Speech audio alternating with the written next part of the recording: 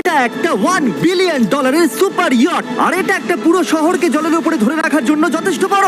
মানুষ কি করে এটা বানাতে পারে? এবং এখন আমি লিবার্টি থেকে 3 গুণ বড়। কি বলছো তুমি? তোমরা ফ্যাথম দিয়ে মাপতে পারবে না এই জাহাজটা আসলে কত বড়।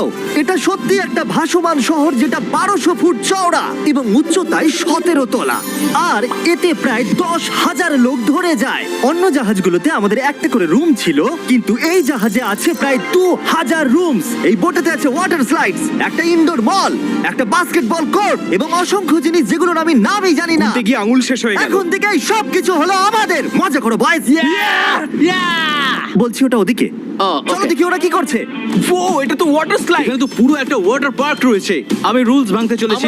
আমরা দৌড়চ্ছি। ক্ষমা করো লাইফ গার্ড, এই ওয়াটার পার্কে তো লিটারালি লাইভ মিউজিক বাজাচ্ছে। দারুণ ব্যাপার। এখানে একটা এন্টায়ার স্পোর্টস ফ্লোর আছে যেখানে তুমি যা চাইবে তাই পাবে। Mini golf. চলো যাওয়া যাক। আমরা একটা শিপের মধ্যে মিনি গলফ খেলছি। তুমি আটকে দিলে।